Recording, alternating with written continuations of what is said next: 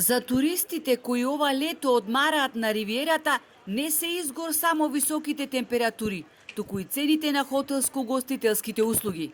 Со колку пари во џебот треба да тргне еден турист кој сака да летува кај нас?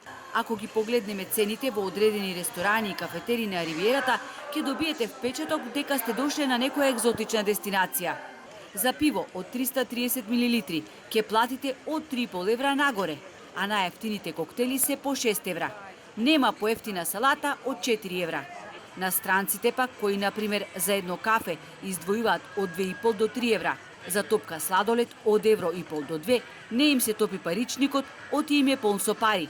Сепак, нити тие не можат на раат да се испружат на плажа. Но има и такви кои не го пребројуваат паричникот на секои 5 минути. Оти еднаш се живее. Па лежалки су скупље, јесу. Лежалките на плажа се поскапи. Иначе не е толку скапо колку што ние очекувавме дека ќе биде. Not very expensive.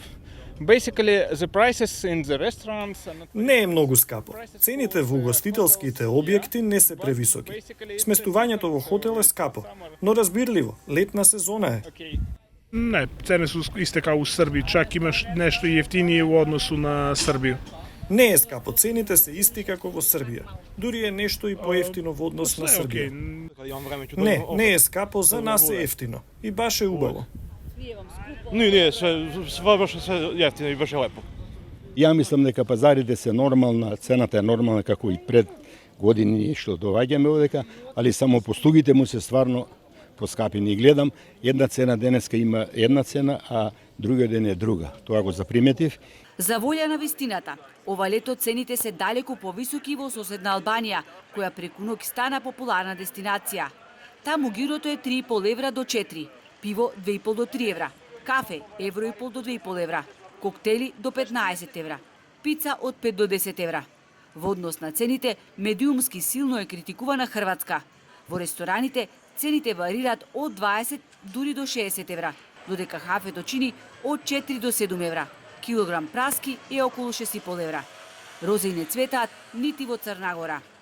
Ручник за 107 евра. Молим? Пешкир за 107 евра. Молим? Ова е тоа видео кое како зараза се шири на TikTok. Една туристка во продавница снима најобичен пешкир за плажа, кој чини 107 евра. Во ова молим, ќе ги додадеме и некои црногорски летувалишта, во кои лежалки и чадор за сонце можете да изнајмите за 200 евра на ден.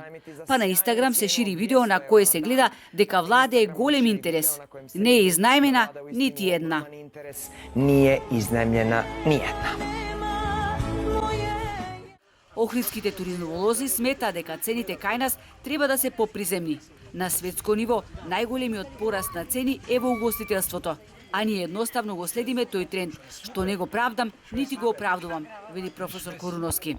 Така ќе привлечеме повеќе, ако направиме еден брейк и да влеземе со понуда на нешто поевтино. Тоа да, но тие треба направат пресметки и да настапат со таков вид на понуда. Јас секогаш викам, нема скапо нешто, туку има што добивате за парите. Ако ние успееме да добиеме квалитет за она цена што сме постигнали, тогаш е окей. Ама ако платиме 100 евра за ноќевање, не сме задоволни од хигиената, од услугата, тогаш не е уред.